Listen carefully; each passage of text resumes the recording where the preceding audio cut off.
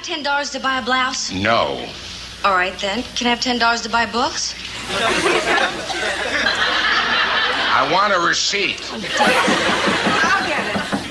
You ever notice sitcoms age like milk, not wine? At first they're fresh, funny, and everybody's tuning in, but give it a few years, a few cast changes, and suddenly you're watching an entirely different show held together by reruns and audience loyalty. It's like networks thought, if it ain't broke, keep running it into the ground. And the 70s and 80s were a golden era for this. An era when sitcoms didn't just overstay their welcome, they set up camp and built a strip mall on top of it. Sitcoms are supposed to leave us laughing, not begging for mercy, but some shows just don't know when to quit. Today, we're counting down 13 sitcoms from the 1970s and 1980s that went on way too long. These were the shows that started strong, iconic catchphrases, must-see time slots, all the fan mail in the world. And then things dragged, storylines got recycled, characters left, new ones shuffled in, and the magic slowly faded. Now, before you storm the comments section, remember, we're not saying these were bad shows. Some of them were legendary, but there's a difference between bowing out gracefully and limping to the finish line. And if you suggested this topic in the comments, congrats, you made it happen. So grab your laugh track and a can of Tab, because we're about to revisit 13 sitcoms that simply didn't know when to say goodbye. Number 13.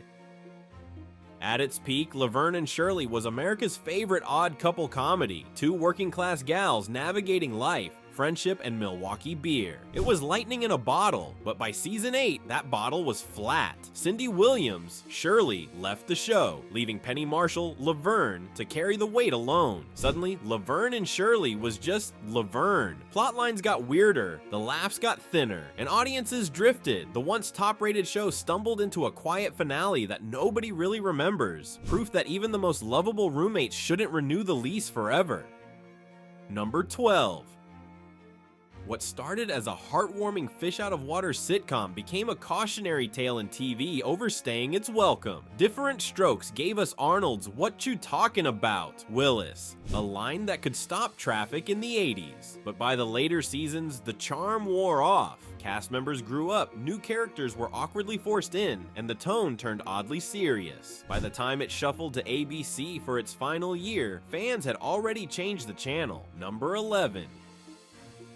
Robin Williams as a space alien? Comedy gold. At first, Mork and Mindy rocketed to success with Williams' manic energy and the sweet, odd couple setup with Pam Dauber. But when a show relies entirely on one actor's improvisation, burnout isn't far behind. Writers scrambled, plots grew desperate, and by season 4, viewers were tuning out faster than Mork could say "Nanu Nanu." What began as a quirky cultural phenomenon ended as a cosmic flop. Number 10. Few sitcoms were as iconic as Happy Days. Richie, the Fonz, and a jukebox that never failed. It was nostalgia wrapped in a leather jacket. But then came the infamous Jump the Shark episode, and the phrase has haunted TV ever since. By its later seasons, Richie was gone. Joni and Chachi were carrying storylines nobody asked for, and the cool factor had vanished. 10 years is a long time to live in the 50s, even in the 80s. Number 9. The Facts of Life taught life lessons with charm. At first, Mrs. Garrett wrangling a house full of teens was wholesome, funny, and very of its time. But as the girls grew older, the story strained. By the later seasons, it felt less like a sitcom and more like an after-school special that forgot to end. New characters came and went, businesses were opened and closed, and the once tight formula stretched into something unrecognizable. Number 8. At its best, Three's Company was a masterclass in slapstick misunderstandings. Jack Tripper pretending, hiding, and falling over furniture never got old. Until it did. Cast shakeups, spin-off attempts, and recycled storylines wore the shine off fast. By season 8, audiences had seen every possible mix-up in that apartment. Even John Ritter's comic timing couldn't save a show that had stretched a single joke into a marathon. Sometimes, Company really is too much of a crowd. Number 7. Yes, it technically stretches into the 90s, but Family Matters was born in the 80s, so it counts. What began as a warm family sitcom slowly became The Steve Urkel Show. At first, his nerdy antics were gold, but by the later seasons, Urkel was cloning himself, building time machines, and basically turning into a one-man sci-fi series. The family dynamic? Practically gone. It's a textbook case of a show forgetting what it was about. Which of these have you actually suffered through past their prime? Drop your nostalgia in the comments. And hey, don't forget to like and subscribe. Number 6. Mel's Diner served up sass, laughs, and a whole lot of kiss my grits at first. But 9 seasons is a long time to sling burgers. By the later years, the show relied heavily on catchphrases and increasingly cartoonish plots. Characters left, others shuffled in, and the workplace comedy lost the bite that made it special. By the finale, it felt less like a bustling diner and more like a tired roadside stop nobody wanted to revisit. Number 5. Norman Lear struck gold with One Day at a Time, a progressive, heartfelt sitcom about a divorced mom raising 2 daughters. For a while, it was fresh and funny, but 9 seasons later, the formula was stretched thinner than Schneider's mustache. Cast changes chipped away at the chemistry, and the show leaned heavier on melodrama than comedy. By the end, what had once felt groundbreaking had turned into a very long day that refused to end. Number 4. Benson spun off from soap with Robert Guillaume stealing the spotlight as a sharp-tongued butler turned political insider. Early seasons thrived on witty clashes and satire, but by season 7, the spark dimmed. Storylines drifted, new characters diluted the mix, and the show wrapped with one of the most infamous, unresolved cliffhangers in sitcom history. After 7 years, audiences didn't get closure, just a canceled election night, proof that even the smartest sitcoms can run out of steam. Number 3.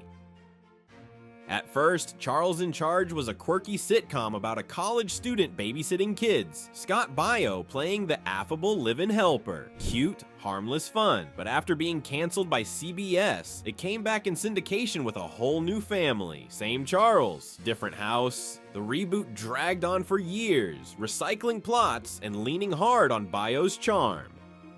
By the end, even Charles seemed tired of being in charge. Audiences definitely were.